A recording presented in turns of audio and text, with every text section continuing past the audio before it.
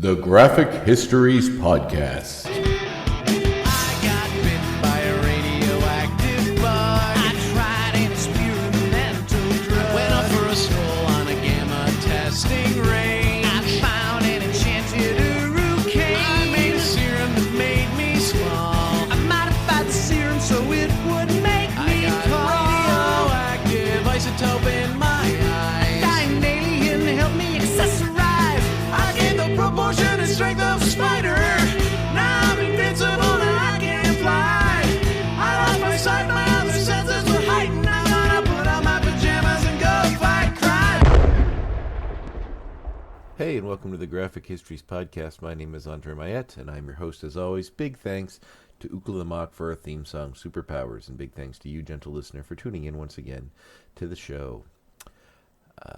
Today on the show, we have Bryan SilverBax, who is a very interesting guy. I learned a lot about him. We hadn't met before. One of those first-time interviews that I get to do and cherish so much. Bryan has a really interesting story, and I found a bit of a kindred spirit in him because he is sort of wants to be creative, wants to do a lot of different things, and sometimes seems to get tangled up in that, but trying to find his place in this world of creativity, in this art world, and trying to find, you know, his 78%, as he says, and will make sense when you listen to the interview. And it was very, very good, and I felt listening to him talk a lot of stuff that, I internalize or maybe think about myself that don't always talk about. So to speak with another creative type about that sort of thing was very interesting to me, and I hope you enjoyed as much as I enjoyed doing it. In the comic world, I did finish Loki. I loved it very much. I loved the end of the series. I'm going to skip spoilers here because I want to talk about spoilers for a minute. Spoilers exist, that's sure, and they're common. I mean, in the internet world, or Facebook specifically, it's hard to avoid them lately in a way that is getting kind of frustrating. Like, Loki came out on a Wednesday. There's a big kind of reveal as to He Who Remains is, which we can talk about at another date when some more time passes. But they post, like Screen Rant and these other sort of Facebook pages, post these things that say, like, you know, what really happened to Renslayer? Where did she go? Or something like that. That's kind of vague, but just sort of put there so you'll click the article and read about it. But the photo they show stuff that's blatant spoilers for, like, revealing who that character is that I mentioned earlier, or some of that other stuff, which is really dumb. Like, I saw this less than 8 hours after the episode dropped, so, you know, I didn't have time to watch it when it came out, and it took a day or two to watch it. And so I commented on the post and said something along the lines of, hey, you guys got to chill with the spoilers. Like, there's pictures in this image, or there's images in this post photo that are clear spoilers to what happens in the episode. And then somebody commented and was like, being like, no, this is a fandom where we can, talk about whatever we want, and spoilers and this and that. And if you love the show, you'd watch it right away too. And it's like, I commented like, yeah, okay, well, it came out at this time. I worked. I didn't have a chance to watch it immediately. But also, I don't kind of care what you guys talk about in the comments. Talk away. Spoil away. My complaint is that if I'm scrolling through Facebook, I'm going to see that, and now it's spoiled. It's not, I didn't become a willing participant. It's thrust upon me. I mean, it was like 8 hours. Like 8 hours after the show came out. And then she, like, commented beyond that with a bunch of, no, not even before I answered. Like, she just put this big long rant about, I guess, whatever she feels about people getting upset about spoilers at me. I don't know why she projected it on me, but apparently I was the voice. If she actually read my comment correctly, she would have realized that, you know, that's not what I was saying. But anyway, so I clarified and with a snide remark, and then, but the first post, then she proceeded to write a bunch of posts spoiling the whole show for anybody else that might have read that. So, some people just are terrible, terrible people. Internet folks out there, they're, be good, be nice. I mean, I get that shows, like Marvel already kind of revealed title cards for the show that have characters, so that particular character was shown. So, it's out there now. But, it's less than 8 hours. Give me a little bit of time to watch the goddamn thing before you spoil it for me with, like, a photo that I'm going to see when I'm scrolling through Facebook. That's all I ask. Talk about all you want in the comments. Go nuts. People can avoid that. You can't avoid that photo that scrolls through your thing. So, I mean, I guess I could unfollow Screen Rant, but it's a bit too late once I've already seen it. So, you know, do all your clickbait articles, that's fine. Maybe just keep the photos in your post as something that's relevant to what you're talking about and not a massive spoiler to someone that hasn't even seen the episode in the 3-hour window, apparently, that you only have to watch them before spoilers drop. So that's my rant for today. There'll be more. I have others, but I'll save those for another time. So coming up now is my interview with Bryan SilverBax. Super cool guy. Interesting histories. He's very open. Talks about his life. Talks about issues he ran into, and sort of hurdles he's overcome. Some problems with the law. He was in law enforcement, and then some problems with the law forced him to drop out of law enforcement. But he's a positive guy all around, and I was refreshing to speak to someone that was candid, open, and very cool. Very, very much enjoyed this talk, and I hope you do too. Now you can tune into my talk with Bryan SilverBax.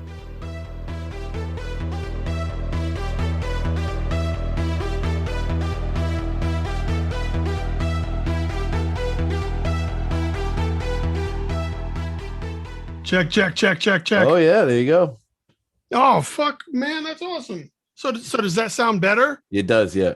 Okay, well then, good. Fucking money well spent. There you go. You feel justified in the $600 microphone.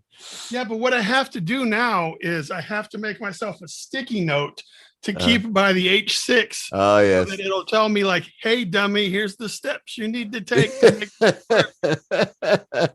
Yeah, no, I hear you. I ended up going with sort of a more basic. I want to get something like your setup eventually, but I was kind of doing something along these lines since with COVID, everything's been done through Zoom. I mean, obviously with talking to people that are at a distance like yourself, they'd have to be done this way anyway.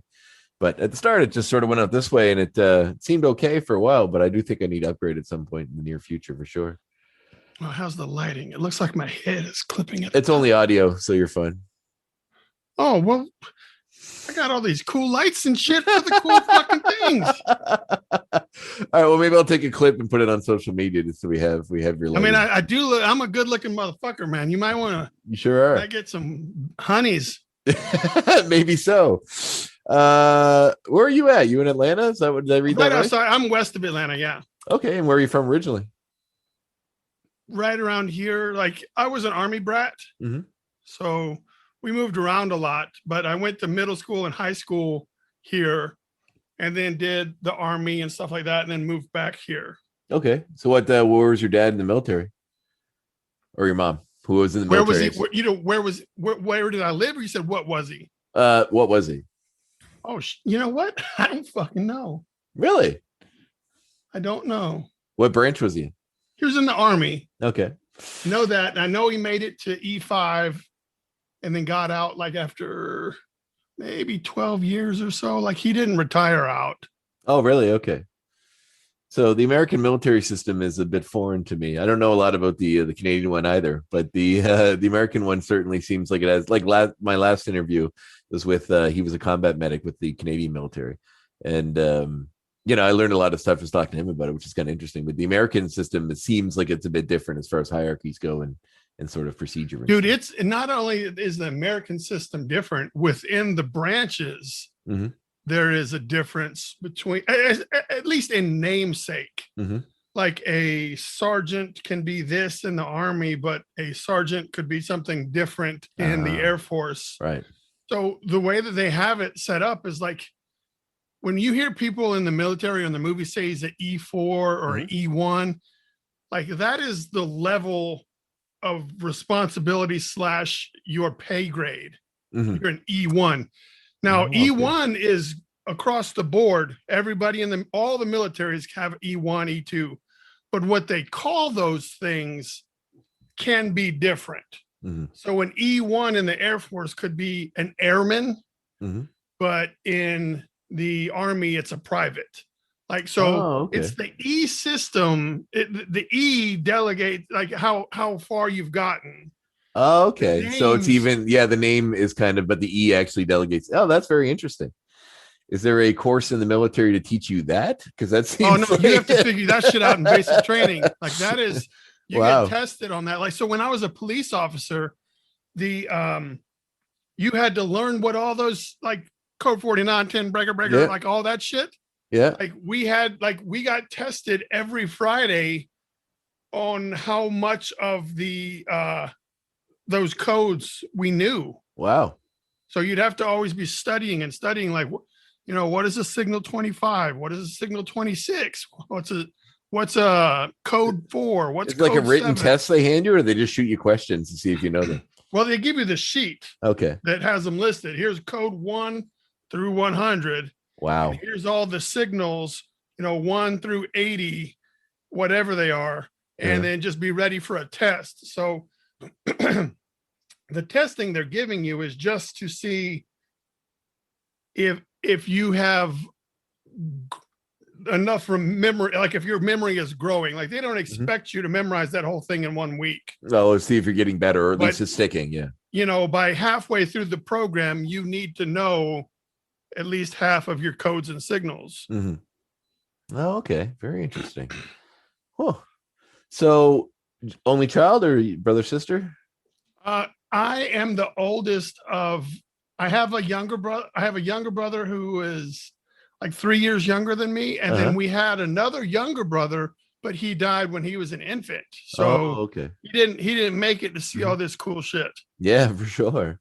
So when your dad got out of the military, what did he go into? You said he didn't retire out, so he must have went into a career. No, he computer engineer, computer programmer. Oh wow. I'm not real sure, but software engineer, like whatever those things are, like that's what he was involved with. Interesting. Like when he got out, I think that one of his first jobs was doing software shit with Lockheed. Oh, really? Lockheed Martin? Wow. Yeah, well, it wasn't even Lockheed Martin at the Oh, time. It was right, just right. Lockheed. Yeah, right. Okay, wow. But, Yeah, that's far back. So Holy crap. when he got out of the military, I think that's what caused us to move here to Marietta. Was he ended up getting a job I don't know if that was the first one, but I know at some point he worked at Lockheed while we lived here. And then, you know, that job turned into this job, turned into that job. But that's so software, some shit. Well, it's an interesting parallel to me because so when did you get into the military? Like out of high school or? Me, I took I graduated high school in 94. Okay. So in 95, I was like kind of figuring out what I wanted to do and what I wasn't going to do. And so I enlisted at the local Chattahoochee Tech, like the local technical school for 1 semester. And I just was like, I didn't go to class. I didn't do shit. I was like, oh, I ain't got to, this is college. So I started failing within the first semester of college. And then there was an Army recruiter in the lobby. And I was like, at least when I show my parents this bad report card, I'll be like, yo, I don't know what I'm doing. So I'm just going to go join the Army. They're going to pay some bills and shit. And we'll figure out, you know, it'll buy me some time before I have to be an adult. Interesting. So, so it was about a year out of cool. year removed from high school was when I enlisted in the Army. Well, I was thinking it was interesting because I just did a quick scan of your bio and stuff there before we talked. And, you know, I saw that you were in the military and that you're involved in graphic design and computer stuff. So I was like, you know, it just sounds like your dad's parallel. It's like you're living his life over again. I think part of what it is just, and to this day, I don't fully know what the fuck I'm supposed to be doing. No, like, I don't think anybody does. Yeah, but I don't. Do you think anybody in their whole life ever feels totally like, if you're ever speaking to a person and then they seem 100% comfortable, do you believe it? Because I really don't.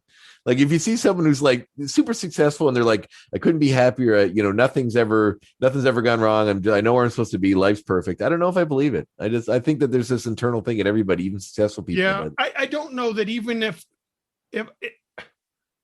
I think. I don't know how to interpret everything. Like I want to do some of this. I want to do some of that. I don't know how to get to that point. So I will deviate and start doing this. And then, you know, not have a bad time doing whatever, you know, I don't know, man. Like I want to do comic book stuff, but I also want to I want to do anything creative. I want to make movies. I want to write movies. I want to fucking star in movies, not star, but be in movies. Yeah. I want to sculpt. I just want to constantly be creating something. And I don't know, man. I don't know if I'll ever be good at any of that shit. I don't know if you need to be good. Well, I mean, but you have to be good enough. Yes, to get somewhere with it. Absolutely, I agree. Yeah. Otherwise, you'll be like a lot of these people that are trapped in their 9 to 5 or whatever's paying the bills at the moment that they're not passionate about. But they have this passion in them. Like they want to be a comic book writer. They want to be a YouTube game creator, whatever it is they want to do, but they have to do it in the time left over from the 9 to 5 and from the family time. And they may not ever be able to give their full attention or that put as much into that and see if they could have been better. Than they'll end up finding out that you know what I'm saying? So that there's a lot of people that aren't going to get to do that. Yeah. Well, no, I agree. I think that's a trap that a lot of us are worried about. I mean, I myself, I do some creative stuff as well. I do this. I do my own comics as well. I draw and I write a little bit. I do some acting. You and I actually have a lot in common. I noticed based on some of the stuff that's on your social media. I'm in the Actors Union here in I'm in Nova Scotia, but in Canada, I'm not even a real actor. I'm just an extra at this point. Well, I've done lots of that too, and I still do. It's all part of it, right? For me, it was the easiest way, but now I'm ready. I put a post out today. I think I'm pretty funny, and I think that I'm pretty quick-witted, and I'd like to see, here I am at 46 or some shit, and I'm trying to think maybe I need to find a local sketch comedy thing and see if I'm any good. For sure. I started with theater. I just started doing local theater and then got kind of a bug for doing that. When you did that, were you by yourself? Did you just say, fuck it, I'm going to go sign up at my local theater and be like, yo, here I am? Kind of. It was. Or did you have a buddy or a friend or something? Well, actually, I came to where I live now to go to college. And when I did, one of my instructors through college asked me to draw some pictures of some of the cast for a play he was in as a gift for them. So I did that. And then he invited me to, I think, the Christmas party or something for that. Or no, the Christmas party, I think, for that play group. No, that's what it was. He got me to come do the sound for one of the plays because he gave the pictures out. And I said, well, that's cool. That's interesting. You're doing that. I might want to do that someday because my school didn't really have a drama program or nothing really exciting like that. It's a very small area I'm from. So I went to and did sound and that sort of thing. And then for one of the plays, messed it up totally, really badly. So there's a scene in the play where the guy's holding the gun and he throws it out the window and then it goes off after it's out the window for a beat. So I'm sitting there with my finger on the button, ready to hit the gunshot. But somebody says something to me and I turn and I hit the button and the gun's still in his hand and it goes off. It just blows. It goes off in his hand. He stops. He looks at it, and then I had to try to get the cue back quickly for when he threw it out the window. So do it again. But man, I screwed it up real bad. But dude, how old were you, man? I mean, God, first off, was it fun? Oh, for sure, yeah, no, and it led to more because they invited me to the Christmas party for the group. I went to the party and they're doing a play reading. I read it, and one of the women there said I read really well, so maybe I should try out, and I did. There we go. Oh well, see, I don't read well. No, this is a play reading where they give you the script. It's not like an audition, so you just sort of. Yeah, I don't. But I don't. I'm curious, if I could even if I could even be, if I would test well or audition or whatever, because I have a tough time reading large amounts of words, when they're together. But over time I could, I want to be in a position to where if I can relate to this character that I'm playing, that I can almost stick to what was said here, but I could still make it sound like a real person would say those things. You know what I mean? But whatever. All that aside I'm just now to the point where I put a feeler out today. I was like, does anybody know any sketch comedy troupes or groups or anybody in the Marietta area? Because I kind of want to just watch you guys work and see if you guys need an old man in the group. Yeah. Well, because most of those people are probably young cats. Yeah, for sure. But there are people that stick their hands at it for quite a while. I've never really done true improv. I've done some of like the games and stuff like that. And I think I'd like to give it a shot. I really actually like, I'm like, you listen to you talk is really sort of feels like I'm listening to myself sometimes. There's all these different things I want to do. Like a stand-up comedy, something I want to try sometime. Oh, You know, I there's thought like all about this that. stuff like that I want to do. And I'm like, and so like it's fun. It's interesting to hear someone because I'm 35, so I'm not like super far behind you. But just in the way that I'm like, man, this guy sounds like me. Like, I want to try this, I want to try Dude, that. I thought I was going to do stand-up comedy because as far as I know, stand-up comedy is just being an excellent storyteller that can read the room while you're telling that story Yeah. and know when to go bigger. Yep. So in all of my like my jobs and my friends and my relationships with people, like they're always laughing, and I'm always like telling stories of real shit that's happened to me, and they're like, oh man, you should. And I was like, so they gassed me up. You know, you're five people. All it takes is like five people, and then you think you're fucking hot shit. Oh, absolutely. You're ready to go. So I was like, all right, maybe I'm gonna start looking into it. And then when I started watching like behind the scenes of like Joe Rogan and Bert Kreischer and like hearing all of those guys talk about what it takes to put together a set. Mhm. And when Bill Burr talks about like he had to bomb for 2 years or something like that. Yeah. Like, dude, I don't know that I have what it takes inside of me to stink for 2 years Yeah. before, like, I don't know that I could stand on stage and have people just not give a fuck while I'm telling you this story about how an adult man shit his pants on the way to work Mhm. and how he had to deal with that. Yeah. In real life, that's a funny story. Yeah. And when Brian tells you the story, it's funny. If I were to tell that story on stage and then people just like didn't react, I don't know.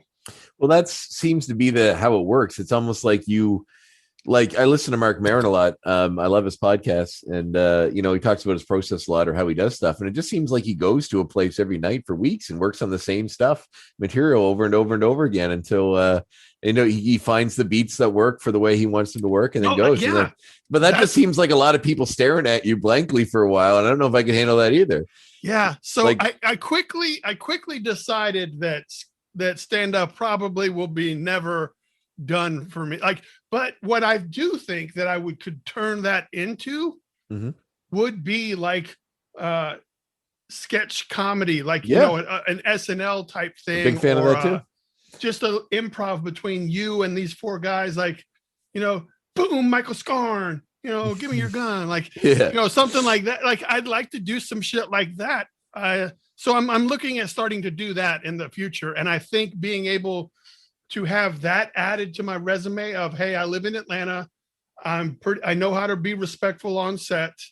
I'm old enough to know how to fucking follow directions. So maybe with this little bit of extra experience, you can cast me as the waiter for when the star and his wife come to dinner. And I can say, will that just be you two for tonight? Like, I think I can pull that off. Like, that's not a fucking hard role. But it sounds like you're building, which is kind of the way to go. Like, you're not sure you're capable, but you want to do it in steps, which is a good way to go instead of just jumping forward. And I want to have fun, man. I don't want to spin my wheels.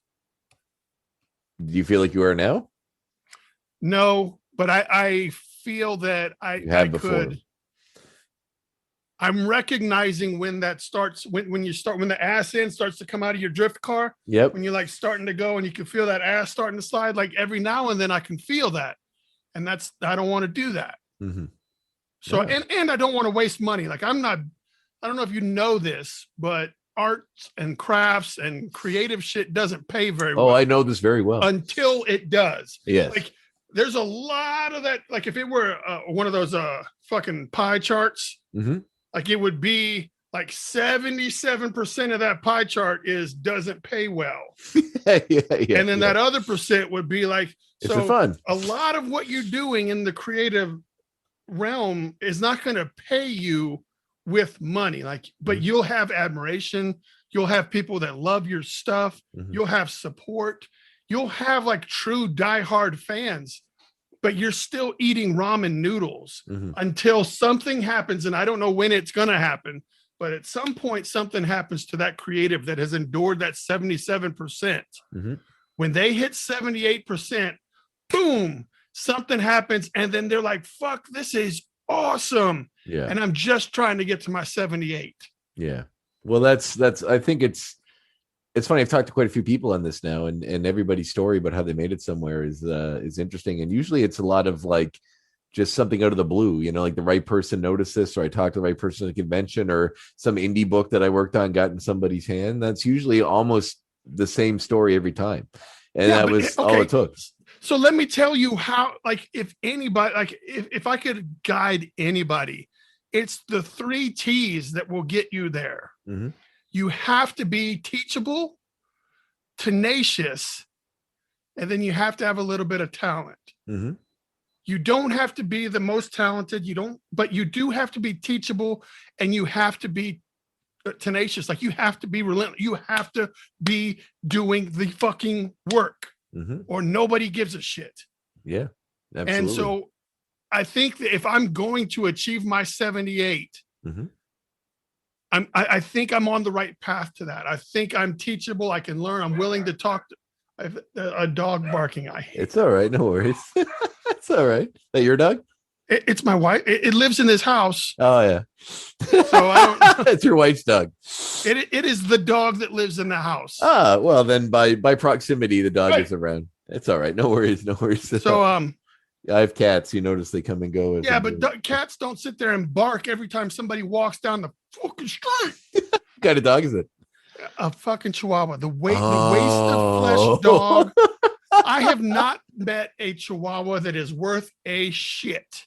All they do is shiver, bark, shit and pee in the house, and they don't even cuddle. They don't like none of that stuff. They're just worthless, because I've had good dogs. So I know what having a true ride or die dog is. Yes. And I've never met a ride or die Chihuahua.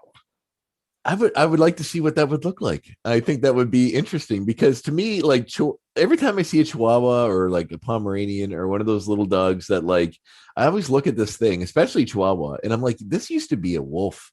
Like, look what we look what we did to this thing. It's like, you know, like this thing used to run in packs and take down like wildebeests and mammoths and whatever. And like, look at this thing. It looks like a breeze. Let me flip this around to comic books real quick. So, you know, recently I did a Kickstarter for Tales from Kara Prime, which is my creator-owned universe. One of the stories inside of that collection of stories, there is a ride or die Chihuahua. Oh, there you go. So at least you got it. You will be able to see what a ride or die Chihuahua looks well, I will have to look that up for sure. So so in the military, were you in the Army as well? I was in the Army from 95 to 2002. Okay. And why did you get out? Just had enough, or spinning the wheels? Well, I didn't want to stay in that long, but you end up getting somebody pregnant and you got to fucking do what you got to do. You're like, oh shit. Oh, okay. So I enlisted for 4 years, and I was about 1.5 years away from completing that when I, got my ex-wife pregnant. Were you married at the time? I was like, huh? Were you married at the time? I was married to her at the time. Yes, no, not at the time. No. Okay, no. Like the pregnancy led to the marriage. Oh, I see. Okay. So just trying to put it in the order that it goes in. The way that it works in the U.S. military is, if you're single, you can get paid this amount of money. But if you're married, you can get paid this amount of money. And if you're married with a kid, you can get paid this amount of money. Oh, okay. So I was like, well, we need to go ahead. I need to start fucking getting some money together. So let's get married. And then so that I would be able to help take care of the kid that I'd made. And then it just so that led to me not knowing what I was going to do moving forward. So the easiest thing for me to do was to re-enlist. So I enlisted for 3 more years. And then after the end of the first year of that, they sent me to Korea. Oh.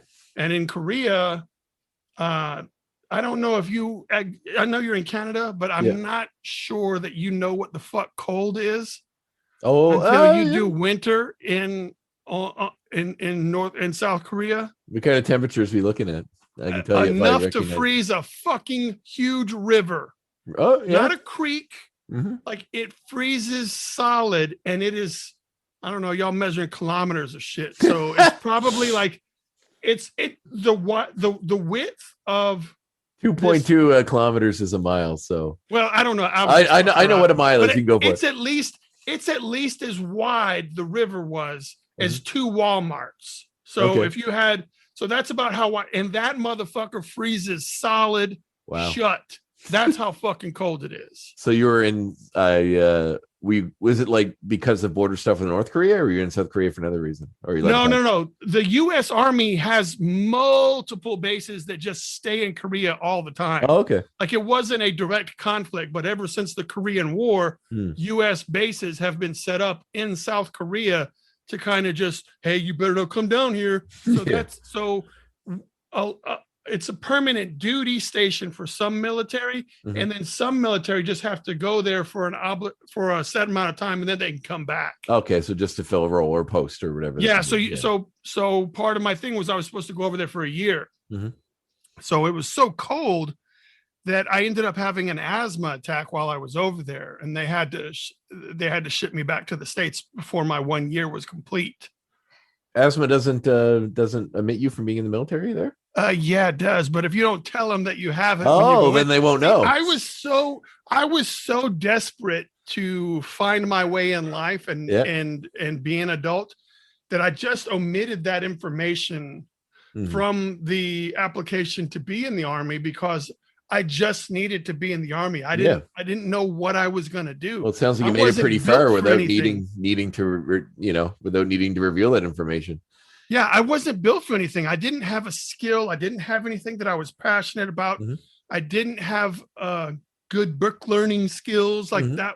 So I was just going to end up, finding meth or something like that. Like, I don't know what I was going to do. Well, if it's between the military and meth, I think you made a good decision. But so I joined the Army without disclosing that information. And up until that point, which was, I was 5.5 years in the Army. I was going to say, it sounds like you're in a bit too long for them to just get rid of you at that point, I'd say. Well, no, they can get rid of you for whatever. But the illness, the asthma made it very difficult to function in that extremely cold weather.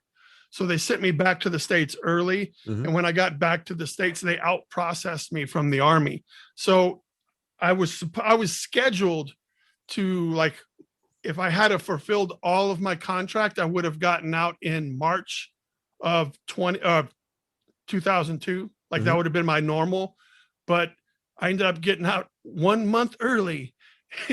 Wow. So does that mean you didn't get all of your benefits and stuff, or does that still? No, I got all that. Like I get an honorable discharge. Like it's a medical discharge. So it's not, I didn't get in trouble. There was nothing. It was just like, we can't use you anymore.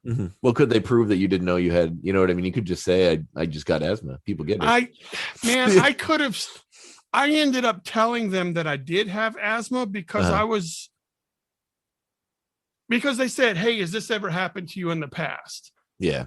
And at that point, I know that if I say, no, it hasn't, that the Army will pay me like 50% of my paycheck for the rest of my life because it was induced by the Army. By the Army. Yeah, I see. Okay. So I would be on disability for that. And I couldn't be that dishonest. Yeah. Well, it's a sign of a good person. So sure. I said, I think I remember. Now, I wasn't completely honest because I knew that I had asthma, but I said, I think I had asthma as a kid, like when I was 8 or, whatever.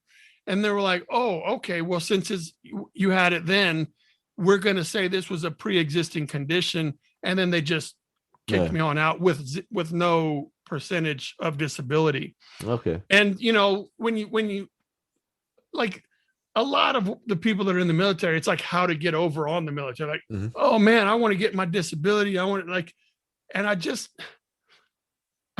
couldn't pull the trigger on that's a heavy, that's a lot of dishonesty right there. Yeah.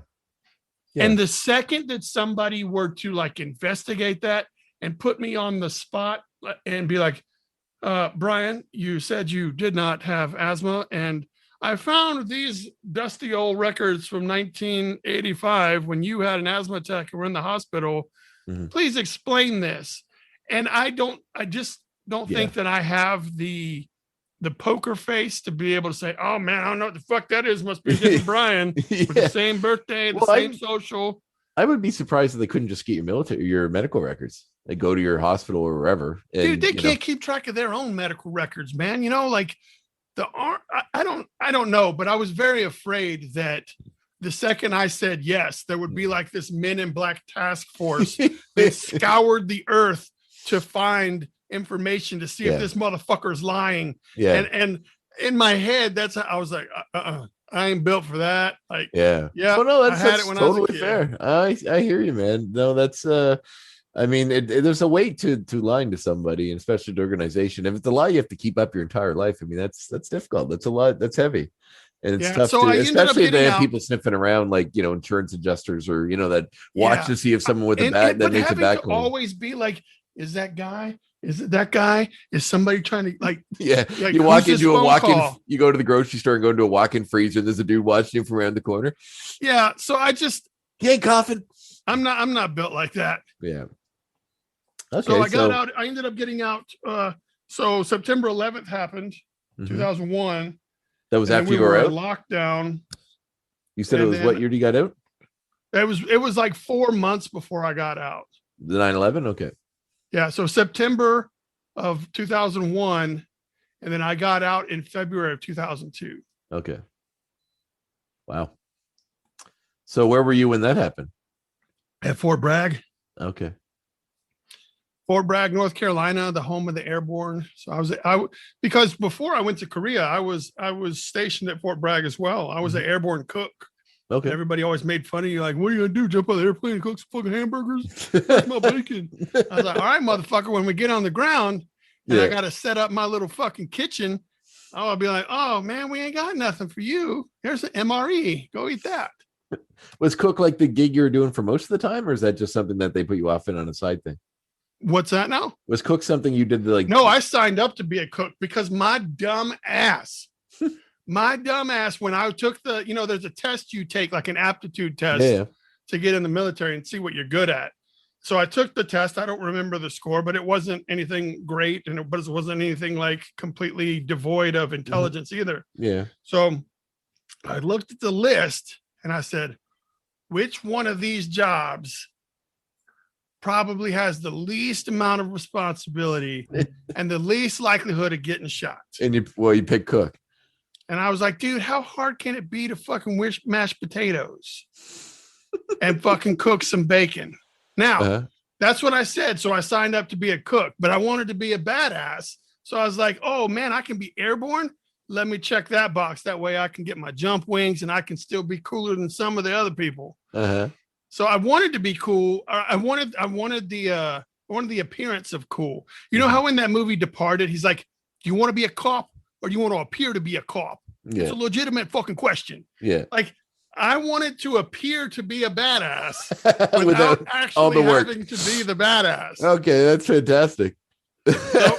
So once I signed up to be an airborne cook, and then I went to cook school, and then I got to Fort Bragg. They're like, all right, you're stationed at Fort Bragg because you're airborne. So I went to Fort Bragg, and I quickly realized that this is not the job that a lot of people should want, because you don't get fucking holidays off. You don't get weekends off. You don't work regular hours.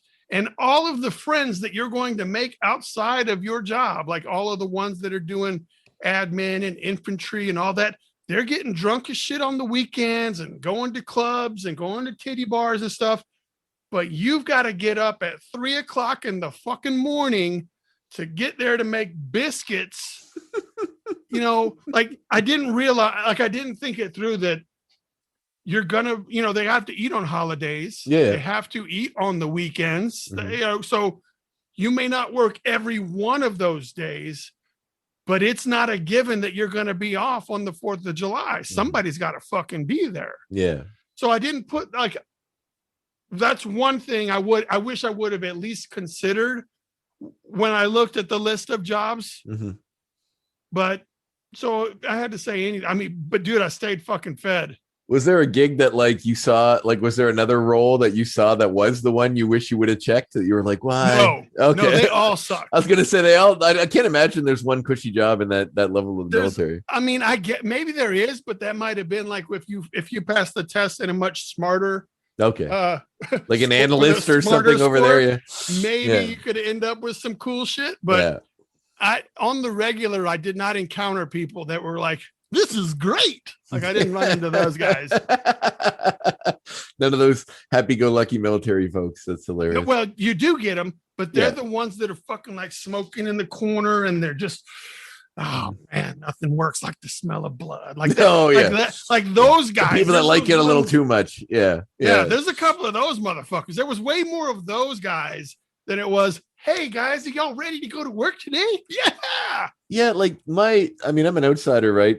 So America is sort of the military complex that you guys have built is impressive and frightening. And to me, it seems very interesting when you talk to people that are sort of in it, because there are a lot of people like yourself that are like, well, I just want a gig. I want something to pay the bills, figure out what I'm going to do. And then like they have these stories about these guys that go over and do all this crazy shit.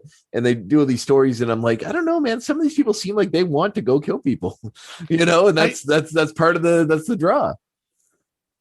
I guess so. I mean, not everybody. Obviously, when I went in the Army, so there was a guy that graduated with us, and he went into the Army right after high school. I waited a year, right? Yeah. So he went in right after.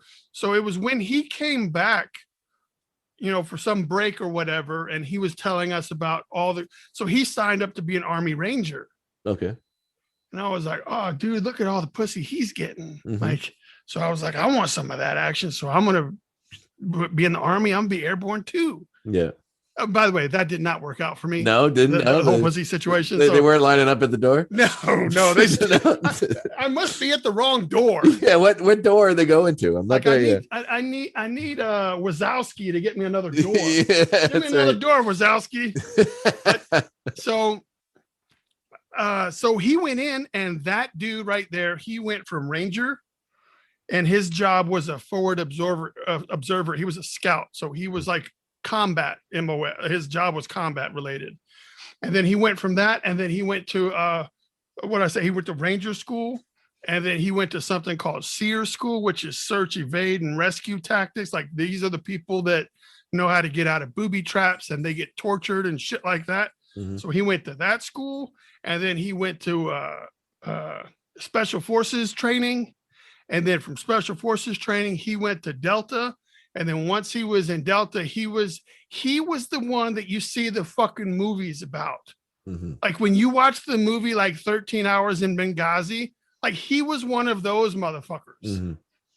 I honestly, he was friends with those, like the real guys. Yeah. He was friends with the real guys, like those, like, so he ended up retiring out of the military. And that dude, I imagine there's some there's some stuff inside that dude. Yeah, no, there's whether you go in, like, I'm not saying that like all psychopaths line up for the military, because that's obviously not what I meant, but just that there are, like in every sort of profession that gives you some kind of control or power over someone else, there's a certain percentage, a very small one, but of people that are there for that reason.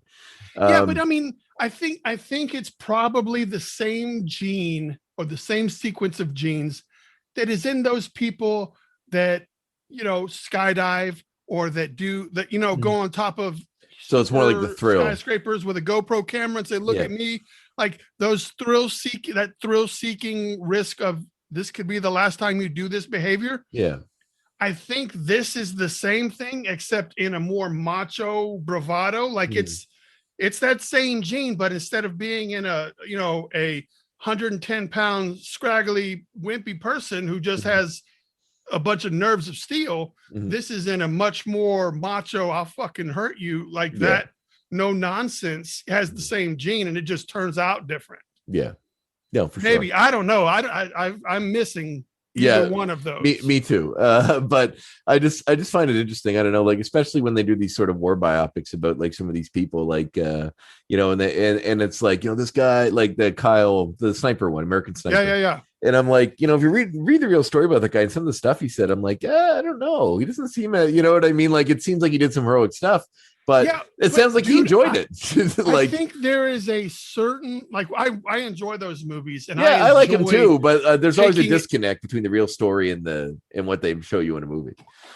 I don't know how. Yeah, but there is something that has to be inside of a person that is willing to take another human life. Oh, absolutely. Absolutely. And I don't mean as in like street gangsters that are just kind of like, I don't consider like gang violence quite the same as what I'm talking about. Well, there's a level of like not personal, but like if you're in a gang and you have a problem with another gang, you kind of know them, right? Like these are people you know, and there's a personal thing at stake. When you're killing someone in the army, you don't know anything about the person. Well, I think if you have been in the gang life, you've been brainwashed.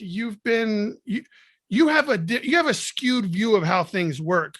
But in my head, I'm thinking that the hired killers for the U.S. military and, you know, the hitmen and stuff, like, they are probably regular citizens that just do this as a job. And so they have a much more centered, like, moral compass. So they have to figure out a way to process. Oh, for sure. Yeah. The job that they did and still maintain the kids and the family and the being a personable person. How do you do that? Because the gangster that's just killing people and shits in the street, like, they don't have that same, like, oh, well, now go be a regular functioning member of society. Part of them. I think part of that may delve into that. People, you'll tell yourself, and whether it's true or not, it's up to you to decide if that it's for a greater good, right? Like what you're doing is to protect your country, or protect your friends, or protect your brothers. You know, in the military, it's not just about making money or whatever that a gangster would do it for, right? Well, you have to convince yourself. Yes, so you do have to convince yourself that what you're doing is right, whether or not it is. Yeah, that's for you. Anyone who does anything really to decide. But the stakes are so much higher in that regard that it's I'm not built for that. I enjoy hearing stories, but I know that so the closest that I could ever be to something like that is when I was a police officer, right? Yeah. So what happened? So when did you go into that? Was that right out of the military or? No. So I got out of the military in 2002, and I needed a job with insurance because I have my medical issues. So my mom worked for the local county government. She was like, you need to get a job with the county government. So I signed on, and I ended up becoming like a janitor, like a county building janitor guy. So I did that for 5 years, man. Just went from assignment to assignment, just fucking sweeping and mopping and fixing doorknobs and shit. Very, very, very unrewarding. Especially if you have creative inclinations, it's fairly mindless. But my creativity was pretty stale at that point. Like after high school, I didn't draw after high school. Do you draw a lot in high school? Like, was comics something about your life in high school? Was that a big part of it, or as a kid? Drawing was the only thing that I had that made me different. So I really enjoy, like, I thought I was better than most, but I wasn't good. You know what I mean? Yeah. Like looking back at the stuff, it's not good at all, but I was better than most people. And I really enjoyed comic books. So I did, whether or not I was good, I did draw in high school. So that was fun. But, you know, in 94, there's no internet, or there is, it's not like what it is now. And I didn't have the skills to jump right into comics. I didn't have the information on the internet to tell you how to get on the path to go get that shit. So I was like, well, I guess it ain't fucking happening for me. So that's when I was like, I guess I'll do some army shit. And then I did some army shit. And then when I got out, I did some janitor shit. And then while I was in janitor shit mode, I enrolled to do the Art Institute online because I was like, I think I have enough in me to maybe I can do something other than janitor stuff, right? So I enlisted to do graphic design. I didn't know what the fuck graphic design was, but it sounded artistic. I needed a piece of paper that says that I was more than just a janitor. So I started going to online school, and towards the end, when it's just about time to graduate from online school, I run into a police officer that works for the county, and we get to talking, and I was like, you know what? I really missed the camaraderie of what it was like to be in the military and stuff.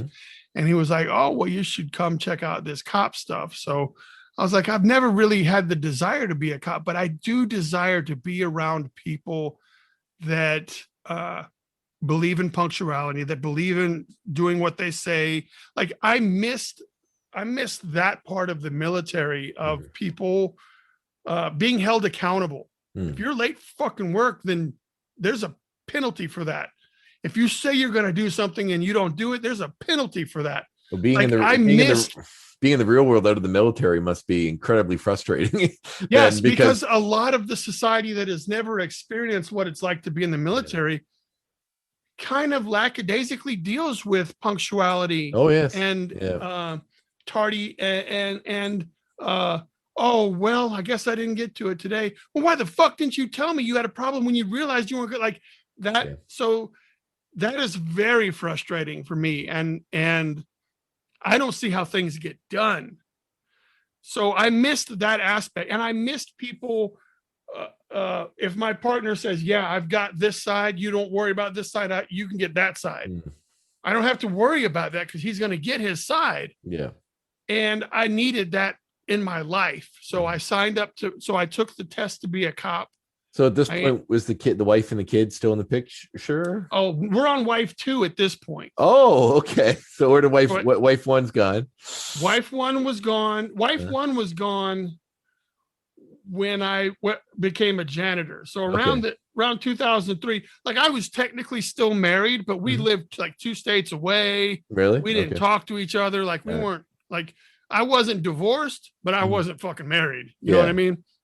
So was that just she didn't like with the life that you were living and wanted to get oil and water, man. Like it was just, it wasn't good to begin with. The only I think a lot of the reason that we even were married was because I said, hey, we need to make sure the kid's going to be taken care of. It wasn't like a love marriage. It was a marriage constructed to try to support a life that shouldn't have to pay the price from us being stupid fucking 20-year-olds. I think that's a pretty common answer when people are. Yeah, but finding people to admit that, that's nobody. I found that out too. Like a lot of people, for some reason, have trouble admitting that they have failed or have somehow like having responsibility. They'll do it only if something is great or receiving praise. When it's easy, or you're getting noticed. Very rarely, like having people genuinely tell you that they're sorry about something. Like, dude, I apologize. That doesn't happen very often. Not as much as I think it should. Not as much as people are fucking up. No, yeah, like, for sure. The fuck up to apology ratio is very much off. My buddy, I was talking to him today about this. He was telling me about a friend of his that his parents slept in separate rooms, didn't really talk to each other at all for from when he was 12 to when he graduated. The second he graduated, they moved out, separate towns, gone, they did divorce. So I was telling him on the kid, do you think it's better for them to keep this facade in alive for 10 years just to or do you think if you both had separate lives and happier lives, that might be better for the kid to see? And I was talking about this thing that I always see. It's there's something on Facebook that somebody posted that was I asked my grandmother how her and grandpa were managed to stay together for 50 years, and she said oh, well, when we were young, if something broke, we would fix it, and it's okay, it's a nice sentiment, but it's all right, well, sure, he still beats me and he's sleeping with the neighbor, but but we work on fixing it and it's okay. Sometimes it just doesn't work, and it's better for everybody if you're not there, Okay, just to play devil's advocate, I'm not saying whether or not any of this is my experience or not. Okay. But sometimes it's just easier financially to if we stay together and But it's we soul just keep crushing. our distance, then we can get through this. Yeah. But there's no way that my salary alone will support an apartment with a house payment and a phone bill, and yours won't do that either. So you kind of, maybe without being said, like you're just fuck it. Like as soon as this kid's gone, then as soon as the kid graduates and goes to something else, that's some money that comes back into the group pile, and now maybe we can split off and go do our thing. I guess I didn't think about it in a fiscal way like that, but it makes sense. It just be soul crushing. I couldn't imagine. It can be. So I imagine it's a nice balance. Like I wouldn't suspect that two well-off employed individuals, like if each parent was making 6 figures or more, okay, I don't think they're going to stay together until that's fair. The kid graduates. All right. So where did wife 2 come into the mix? Wife 2 came in shortly after exit from the military. Okay. So there was wife 2, and then and your daughter, son, your kid from the first marriage? I have 2 daughters. The first one I adopted from the first marriage. Okay. And the second one was a product of the first marriage. Okay. So they both, You adopted from the first. Oh, so she had a child. She had a kid prior to me, and I adopted that. Oh, okay, that's sweet. So they were both. So those are the only 2 kids I have. So my wife and I currently don't have kids that we share. But Kyra, which is my youngest, grew up with my current wife from like age 5 to whatever she is now, 20 some shit. Okay. So that's where I don't know where the fuck, but that's where wife 2, I don't remember where we were. We were getting to the becoming police officer. Oh, okay. So I'm in janitor mode. Yep. And there's probably like 6 months left on my online graphic design thing. And then I try out to be a cop, and they said, all right, well, come be a cop. And the biggest part of the cop thing was I went from making $11 an hour to when you go to be a cop, you're making $18 and some change. And I was like, oh shit, man, we may not actually we may actually be able to pay some fucking bills. So that was the biggest for me. Like it wasn't this desire to, I got to serve the public and I got to do my part. Like that wasn't really part of the equation. The biggest part was financially, like I'm going to be bringing home, $5-6 more an hour. Yeah. And, maybe that camaraderie that I'm looking for, I can find some of that. So when I graduate the police academy, the same week I graduated the police academy, I also graduated from online school. So I was now officially a police officer and an associate's degree of graphic design. Wow. That's quite the combo. Not a lot of things that usually overlap too much. No. Unless you're designing a new logo for the police department. I did some of that shit too, but right on. I'm a graphic design as well, so I can understand. Yeah.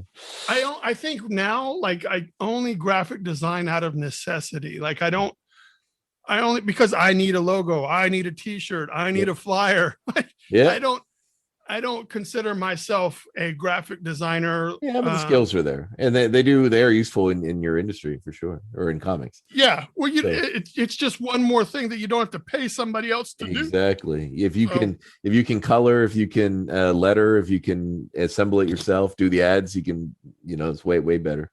Yeah. Absolutely. I agree with you in the way about like sometimes in life, it's hard to find some of that structure you get in the military, or that dependence, or the trust with someone that you can say, I know that person's going to do what I expect of them. I know. So that's why in comics, especially when you control all the moving parts, it's way easier on your peace of mind to say, I know where this is getting done, or this is going to get done because I'm doing it, or I have to do it. I have a lot of trouble releasing control. Yeah. Because of fear of people just like, that's not mine, I don't give a shit. And that attitude is very much existent in the world that we live in today. Oh yes. Like, oh yeah, well, didn't he pay you to do that? Yeah, but you know, when I get done, what are you fucking kidding me? Like, Yeah. So that I like right now, very much today, I did a Kickstarter a while back, and today I have sent the files that need to be printed to somebody else who was going to be in control of getting them printed and also fulfilling the orders of the Kickstarter that were done. I have never, like, I haven't done a whole bunch of Kickstarters, but I'm having like trouble. Yeah. Like I'm like, oh, they're probably not going to get the right envelopes. And that guy ordered 2 copies, and he also got the pin with the special gold reflector coin. Like, I wrote it all down, but it's tough for me to say, you know what, they got it. This is something, and I'm really happy you talk about this, because this is something you never hear people talk about, especially artists, because it's in every artist I've ever met.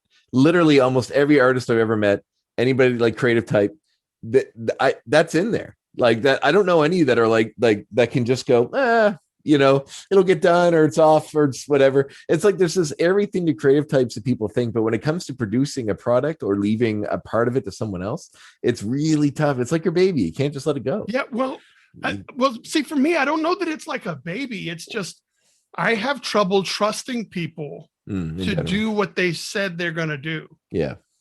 And I know that if I were 100% in control, I would know exactly what to do. Because for me personally, the last thing I want is to have taken your money or have you support what I'm doing and then completely let you down. Because I know that what I'm building is much more grand than whatever this thing is that I'm showing you right now. And I'm not going to be able to build my castle if I can't get you to trust me with this set of 5 bricks here. So I need people to trust me. I need people to know that if Bryan says that he's going to do it, that's what's going to happen. I know that Bryan would never like take my money and then just like disappear in the wind, whatever the case is. So it's not necessarily like something that happened to you before to make you distrust. It's just that you want to be seen as someone that is trustworthy, and because of that, I don't want to take advantage of the people that trust me now. I see. So it could be I've been burned on small, like never on a large scale have I been burned, I don't believe. But I don't want to test my quote unquote audience or my supporters by fucking around and like, oh, well, you know, maybe next year I can, like, I don't want to do that. I like being a person of my word. Like if I say something, then that's what's going to happen. So, and I want people to appreciate that so that when I do say something, they know, all right, well, that's exactly what's going to happen. Or at least Bryan will do his best to ensure like there's no way that he's fucking around. No, you're driven. That's excellent. So how long were you a police officer for? Oh, let's see. So I was in the Army for 6 years and like 2 months. Then I was a janitor for 5 years.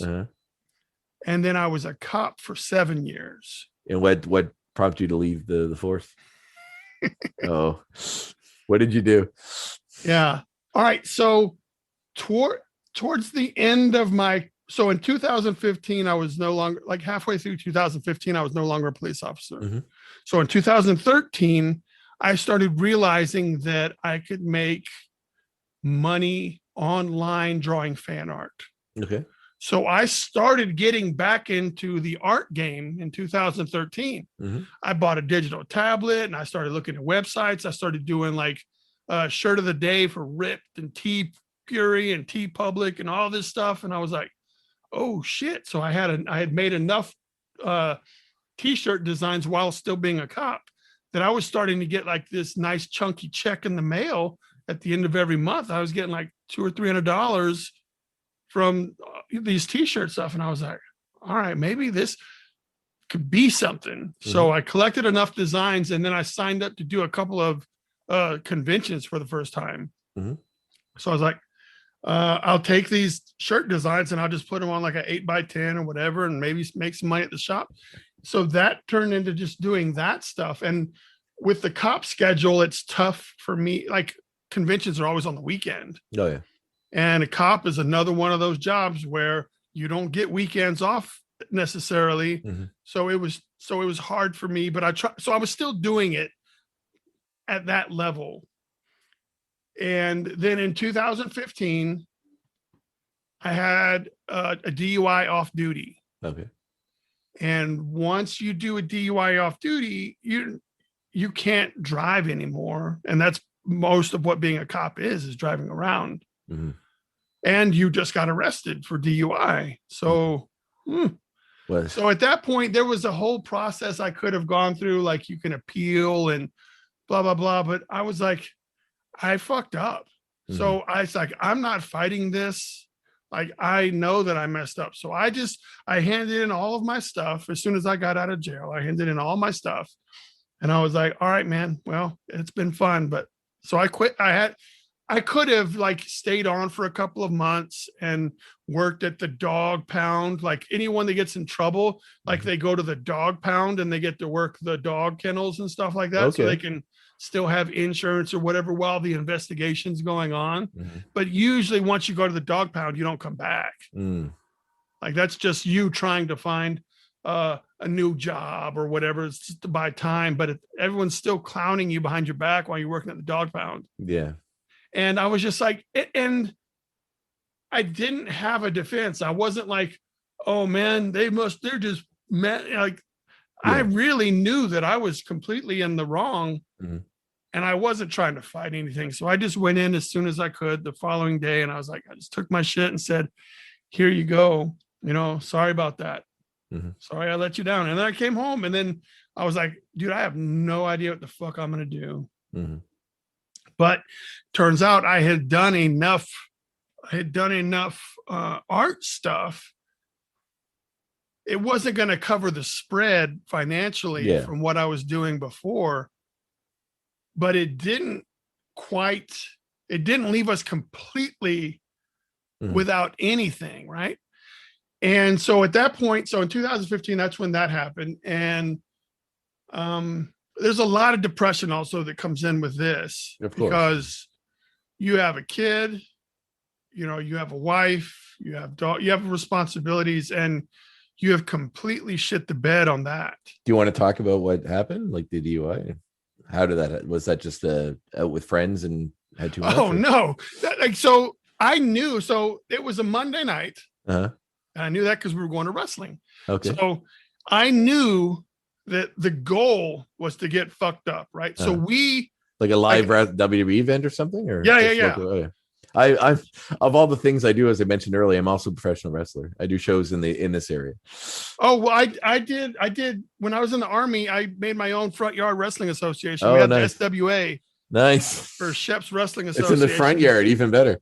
Yeah, well, dude, we stopped so much traffic coming in and out. Like, what the fuck are these guys doing? We're all military people. We're drunk as shit. We have a barbecue, music. Dude, it was some really, really fun stuff. Oh yeah, for sure. So, okay, so you went to WWE. Was it like a TV taping? So with that said, like I knew that my goal was to get shit-faced. I was very much an alcohol, like a binge drinker, maybe is the word.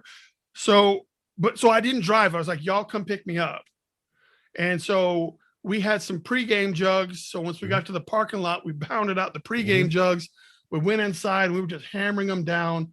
And then we left the event because it was over.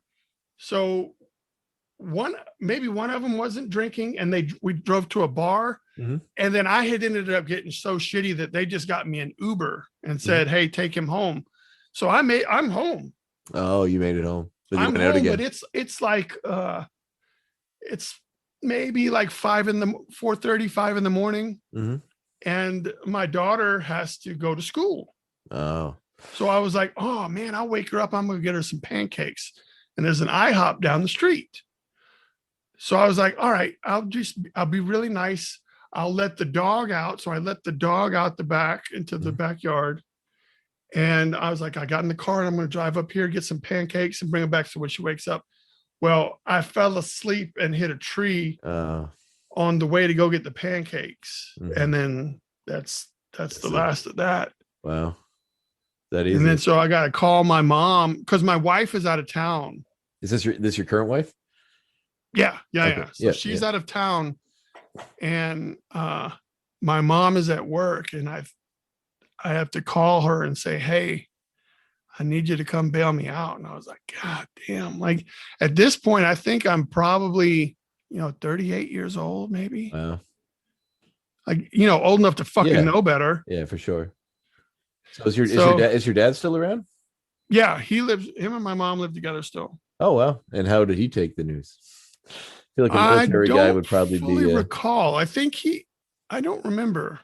Huh. Well, if you don't remember, it's probably not that bad then, or at least not that explosive. Yeah. So it's just, it wasn't a highlight of. No, but it's part of your story. Looking at it now, like I definitely don't know. So back to where we were talking about, having a 9 to 5 and pursuing passion. Yeah. I was in my head wondering at what point I would be able to pull the trigger to go from secure 9 to 5 with insurance and money to freelance artist who can do conventions and try to support this way. Mm-hmm. So I was very much I was working on the numbers. I was like trying to figure all that stuff out.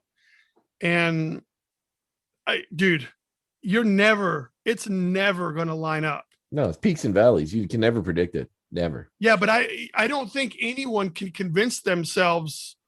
If you're looking at numbers, I don't think anybody can convince themselves for that type of uncertainty. No, agreed. Yeah. It's a tough, and for the amount of stability that you probably have. Mm-hmm. So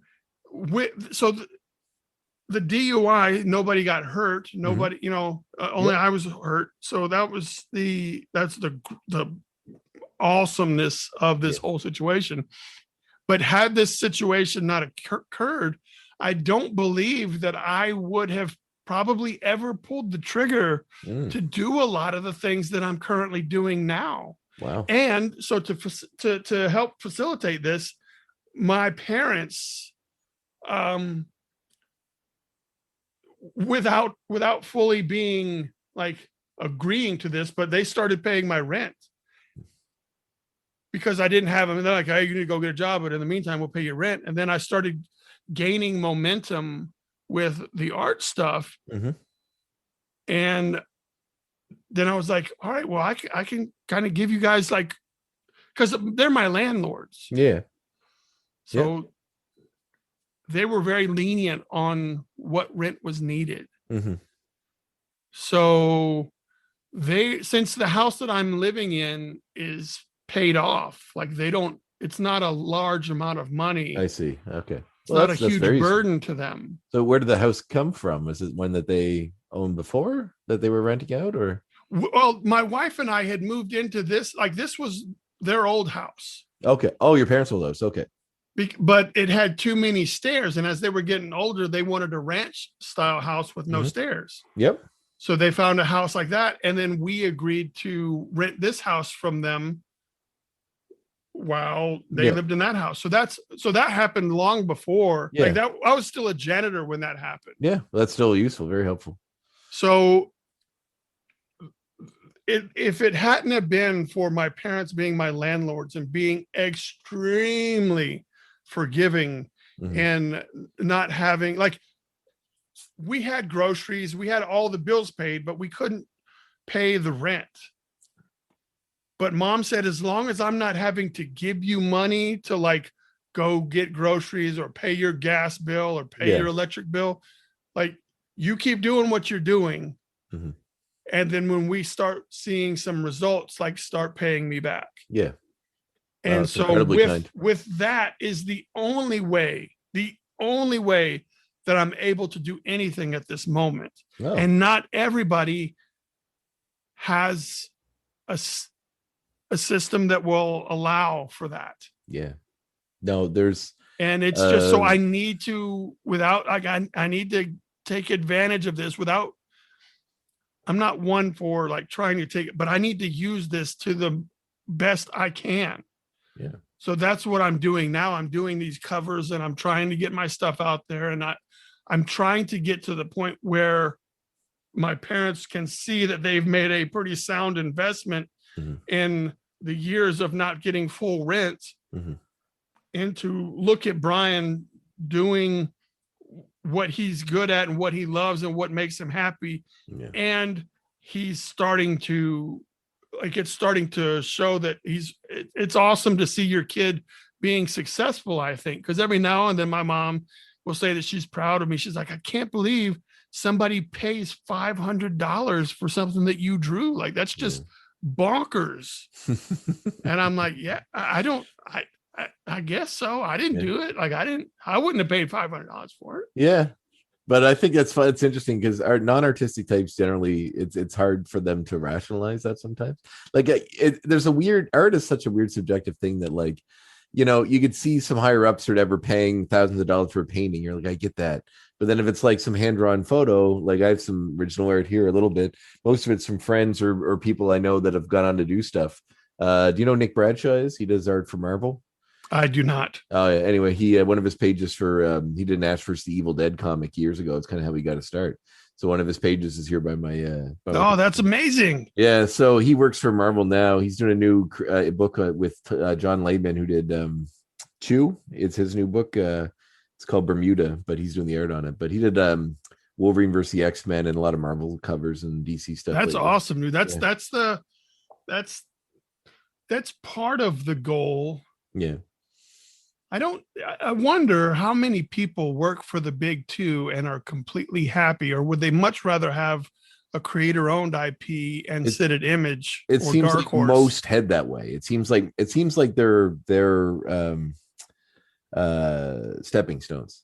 Unless you're like a Bendis like or something. Pinnacle, yeah. The pinnacle is to be at Image, and then the big two are like stepping stones to get to Image. Yeah, because like there's all these stories right now in the media about people that have like created these big things for Marvel that are getting made into movies and they're getting nothing for it. Like Jim Starlin said he got more money for some small character. What was it? So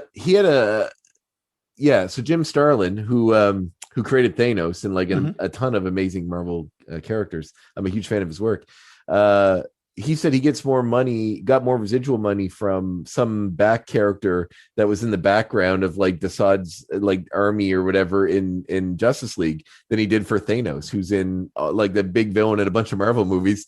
And you know, so Marvel often, like I read an article recently where Marvel, when that happens, Marvel will just say, here's some money. Basically, it's shut up money. You know, as like we don't have to give you this, but we want to. Thank you. And there are guys like even Ed Brubaker who basically made the Winter Soldier. What we know as the Winter Soldier is him, but he didn't create Bucky, so he doesn't get to take creation for Bucky. And since he did it for Marvel, that he just really doesn't, like he said there, he's watching this character get its own series and it's super popular, but he's hardly making any money off it. Just what he did for Marvel the first time. And I get that's the contract. That's what you sign up for when you do it. But to me as an artist, it would make you certainly less interested in, if you had a really good idea, why would you want to write it in Marvel? Because then it's not yours anymore. They own it. They're going to make a movie and make $1 billion. I think that has been adjusted. I think recently they have started to make adjustments for stuff like that. I did read that there are different things going into contracts for that, because I guess these are things that weren't on their minds back in the day. If you were writing, if you're John Byrne writing the Fantastic Four in the 70s or the 80s, the idea that there's going to be a Fantastic Four movie next, in a couple of years that's going to make $1 billion isn't something that's going to happen.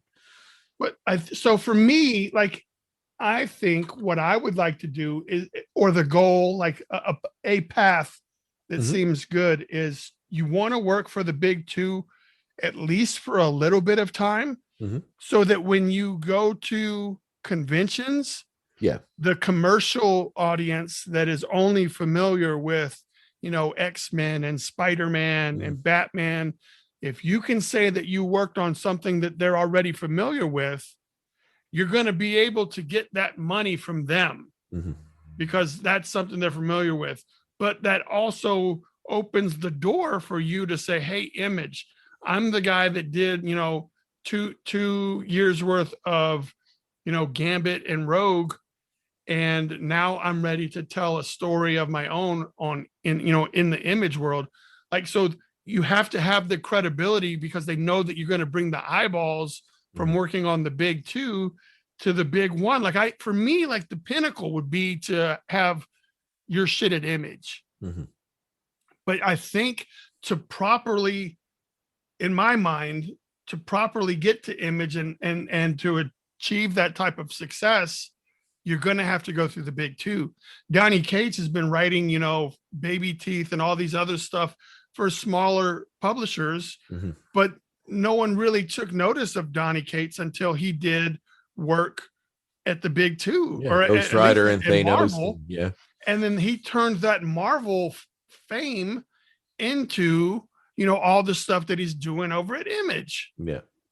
And I don't think that his ideas may have been great prior to working for Marvel, but had he had just gone to Image straight from only doing like Baby Teeth and stuff, would they have taken God Country, or, would they have even looked at it? I don't know. Like, so I don't know what my path is.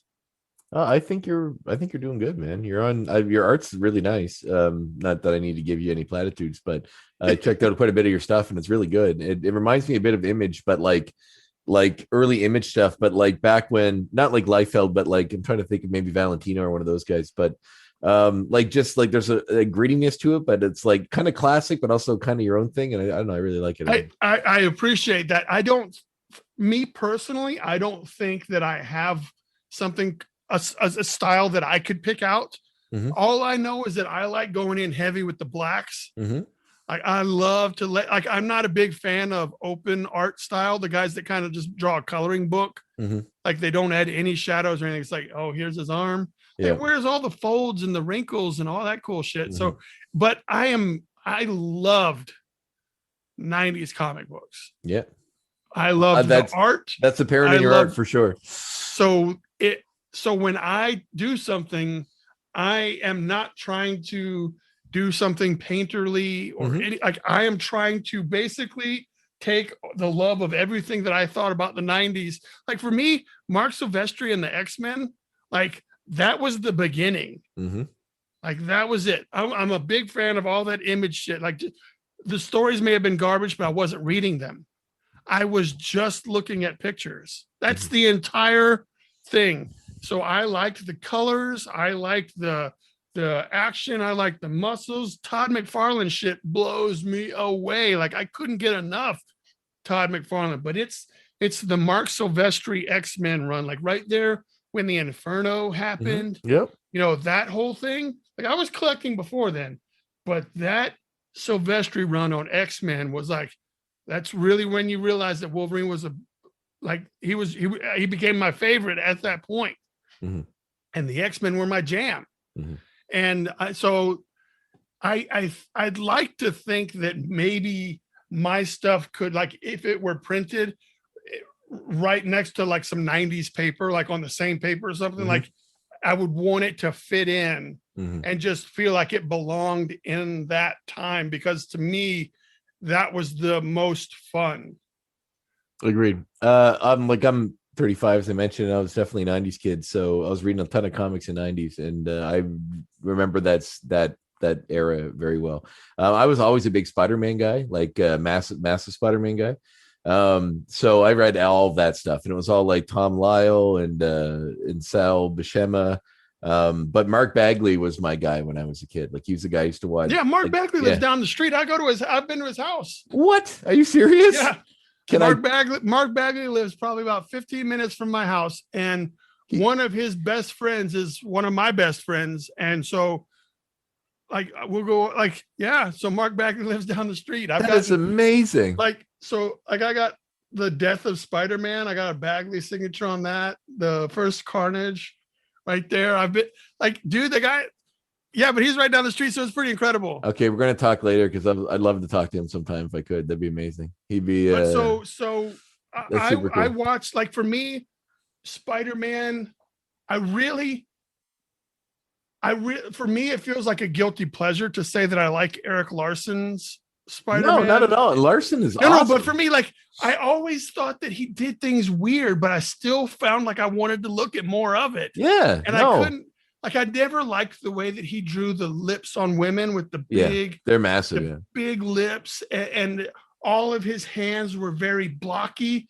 Because in my mind, I was comparing everything that I saw to Todd McFarlane. Yeah. And I was like, and he's been described as McFarlane-esque, like esque. Although it's kind of like a weird marriage of it's not the dude. McFarlane no, he had is the such little detail. stray lines and the detail lines and the wrinkles, and you got to get some of the whoosh, and you got to whoosh, yeah, and you got all that stuff. And the webs in a Spider-Man comic are always insane. They'd be like a page of him in the center, and then 1,000 webs all throughout the entire panel. But so I really enjoyed. So for me, when it came to Spider-Man, it was the Bagley, the Larson, and the McFarlane. Like that was when I was looking at the Spider-Man stuff. Oh, that's cool, man. So what was the first gig that you got so it was with T-Fury, but now that you're doing some comics, you're locked in, not locked in, but you're involved with Peter, who I spoke with, and Ben a bit. Some of their projects, are you, or is that just a community of likewise indie artists that sort of keep in touch with each other? I think, man, I think Peter helped me put together a press release for when I did my Kickstarter, but he is pretty tight to like Second Sight. I think he works for them as publicity or something. But up into that, like, I had dealt with a guy named Evan, who has got stuff coming out through Second Sight, like Silence and something else he's got there. I'm not sure, but and Evan he said, "Hey man, I see that you're trying to put together a press release. Talk to Peter at Second Sight." So it was through the Second Sight connection of those two guys, because Evan worked on my project. Oh yeah. And I've worked with Evan on, like, I did a Time Grunts piece for him. That's his thing. And so how did you first get into the comics themselves? Like, where's your first kind of published comic work at? So here's how that works. Okay. So maybe this is a tutorial for anybody that. Well, maybe so. I did get reached out to someone. There's a kid from my hometown who reached out. Well, I don't know how old he is now, but that reached out to me because he's a fan of the show, and he was saying how it makes him happy to hear people like from our area or like little areas that made it somewhere and their stories, because it's like it gives him inspiration for him trying to do it himself. So it's cool. No, absolutely, tell your story. All right, so here we go. So I started doing shows, and then I was doing a lot of fan art, making a little bit of money with the fan art. But I started thinking about how stale how not gratifying it was to chase the trends. Oh, Deadpool's hot, I need to draw some Deadpool. Harley's hot, I got to draw some Harley.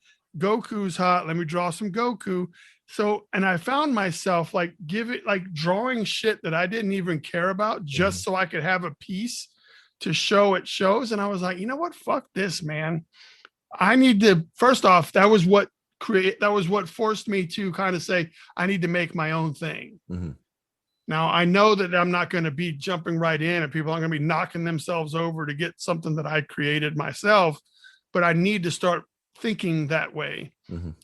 And I said, and then so that led me to a conversation with another artist. I saw that this artist didn't have any books and they weren't like famous or anything, but I saw that they were doing like published covers. I was like, dude, those are real fucking books that your artwork is on. How did that happen?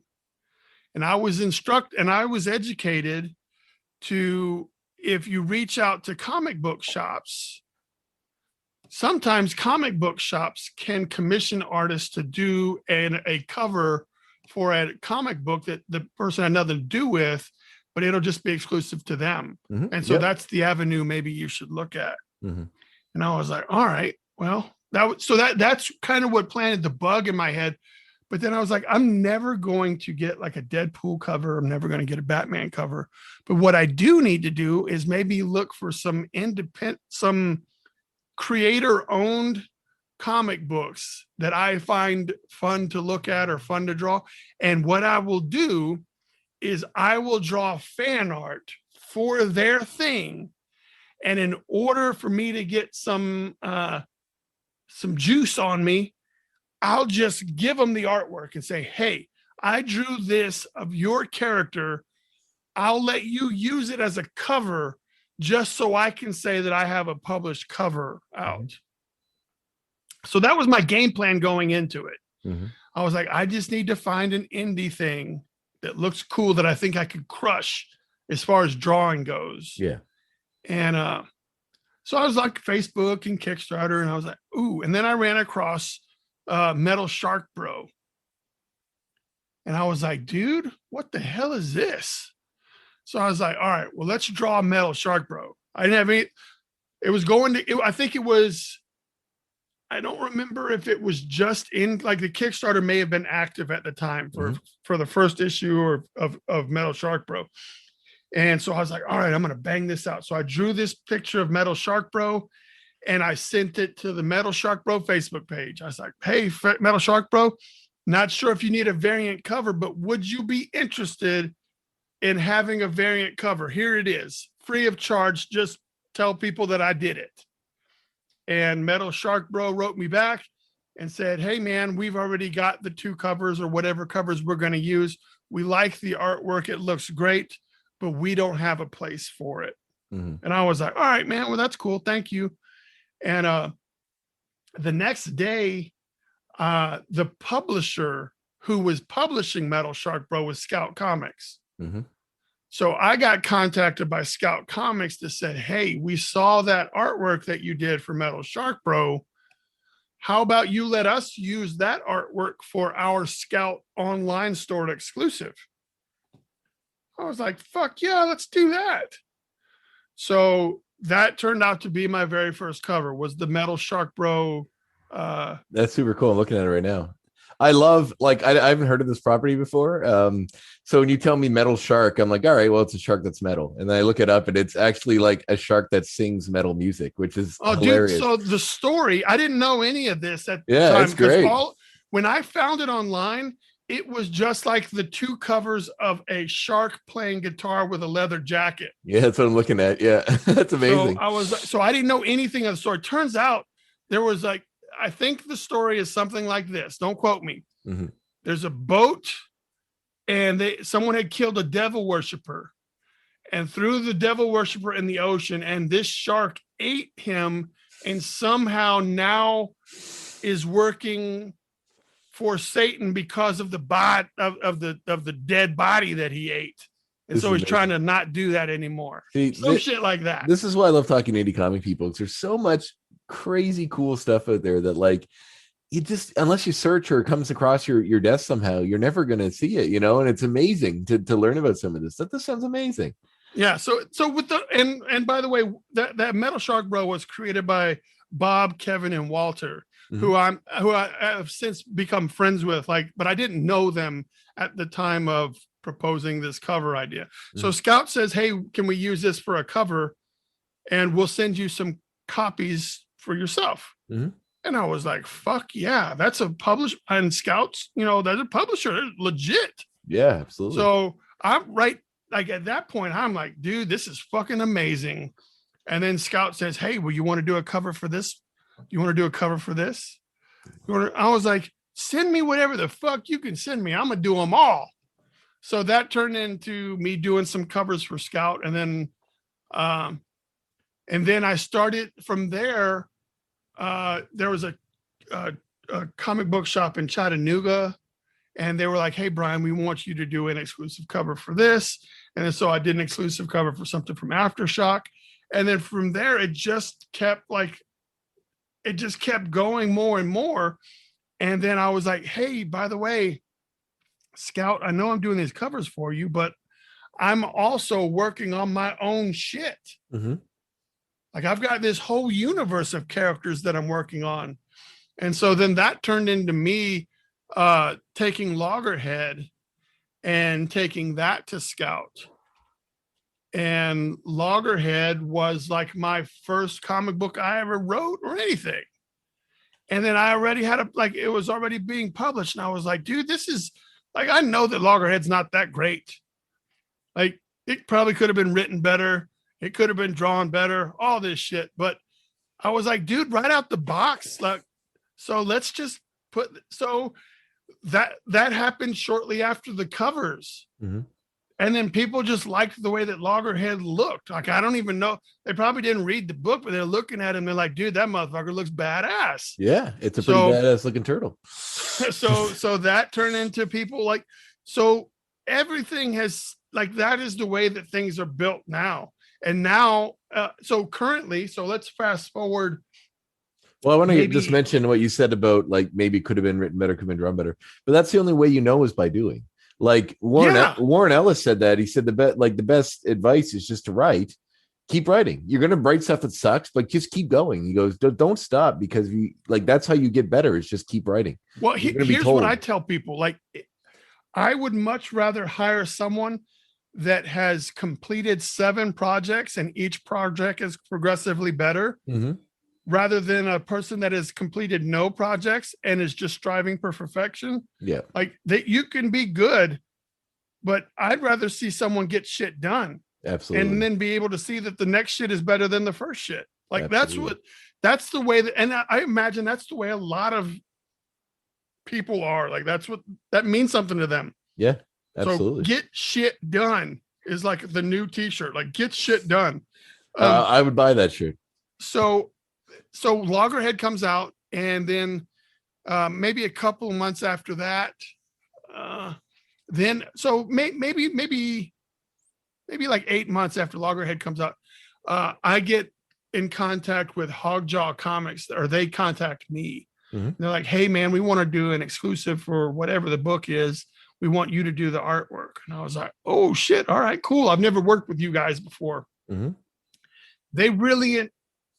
Oh shit. Man. JavaScript wants to update or some shit. No worries. You're still good. So they like, hey, we really enjoyed working with you on that cover. We want to do another one with you. And then I think the first one I did with them was Maniac of New York #1. Mm-hmm.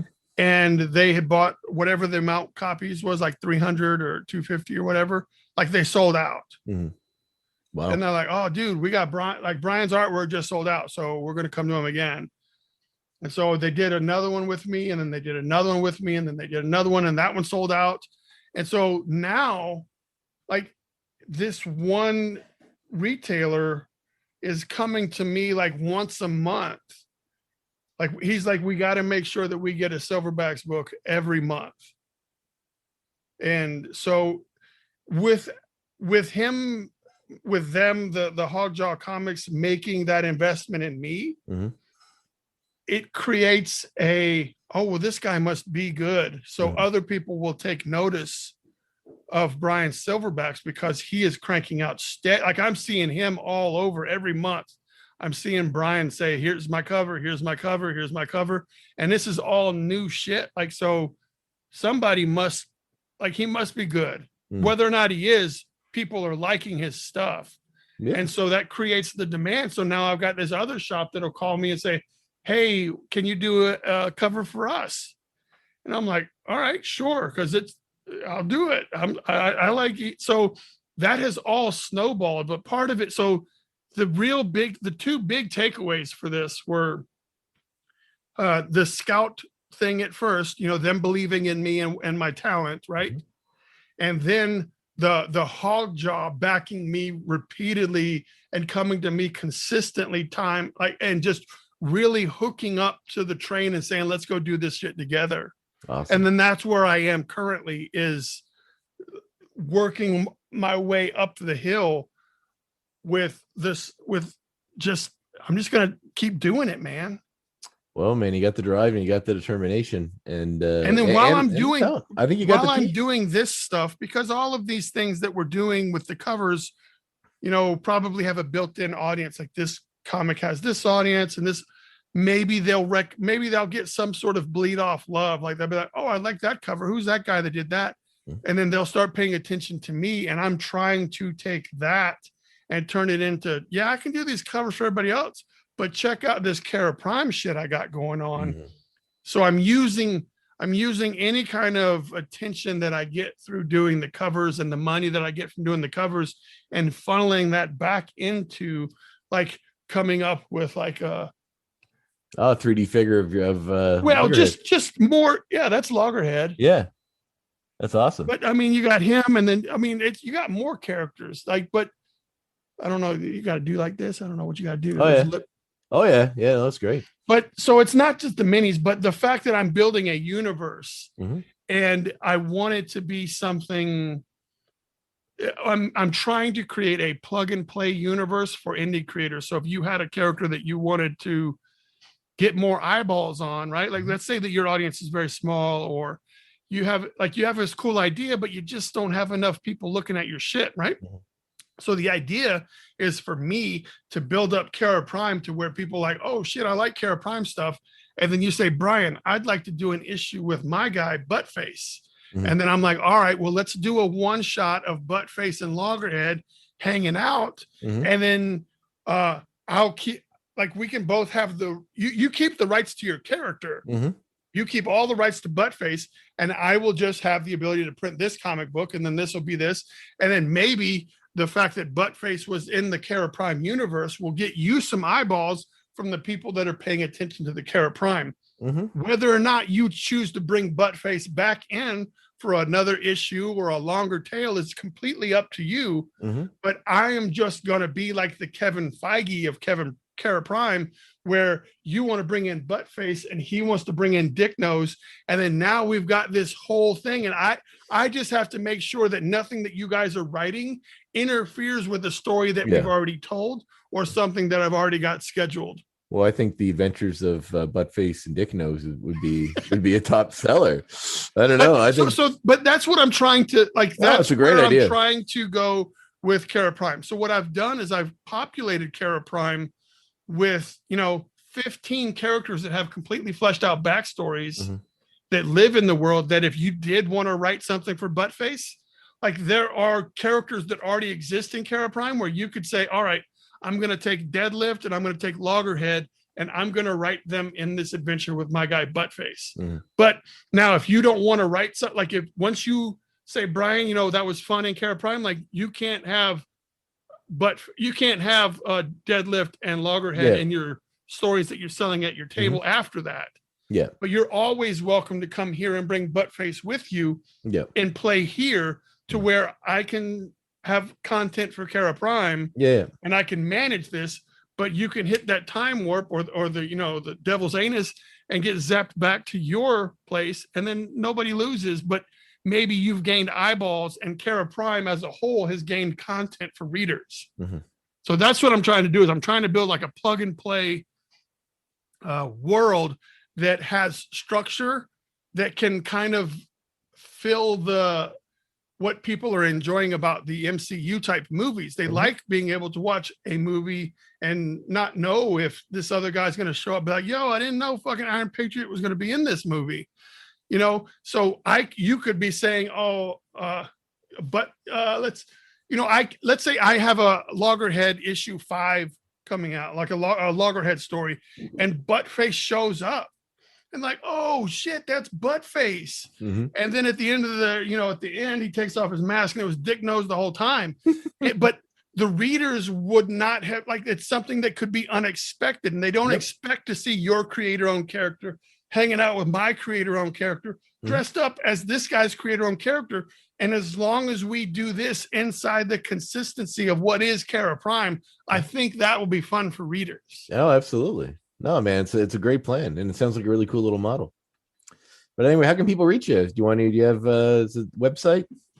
SilverBax.com. So silverbax.com gets you there. And, Bryan, Bryan, Silverbax on Facebook and Instagram and Twitter. Awesome. Did I cover it all? Is there anything else you wanted to talk about? Or no? Did I get all that was Brian? I don't know if you contain it within one entire podcast, but I think I got a good chunk of it. Awesome. Yeah, I'm just hoping that maybe someone hears this and be like, yo, it's not like that guy's fucking old as shit and he's just now doing it. So maybe I should maybe I should just start doing it and stop saying that I'm too old for this shit, Come on, Detective Murtaugh. Well, I definitely think you got all three T's and they're crossed. So that's awesome, man. It was great talking to you. Well, thank you for having me, man. Dude. I wish you all the success with the wrestling and the acting and the comic booking. Yes, well, it's one of them will hit. I just keep throwing stuff at the wall. Something will stick. Dude, that's fucking fine. Yeah. And I'm enjoying that's all we can do. Yeah. Well, it keeps me going. So but anyway, thanks again, man. It's been a real pleasure and a real honor. And I hope to catch up to you in person someday. Next time. All right, brother. Thank you for having me. Down your way. All right. See you later. All right, stay creative. Yeah, you too, buddy.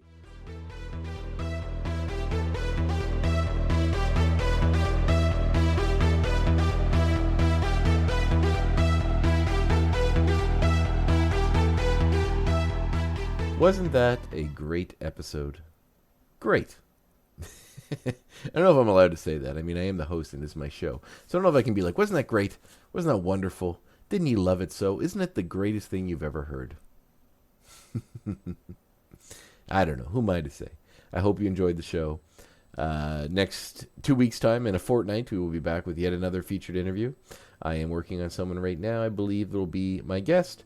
I don't want to announce that just in case anything falls through, but for now, it looks like we will have a guest.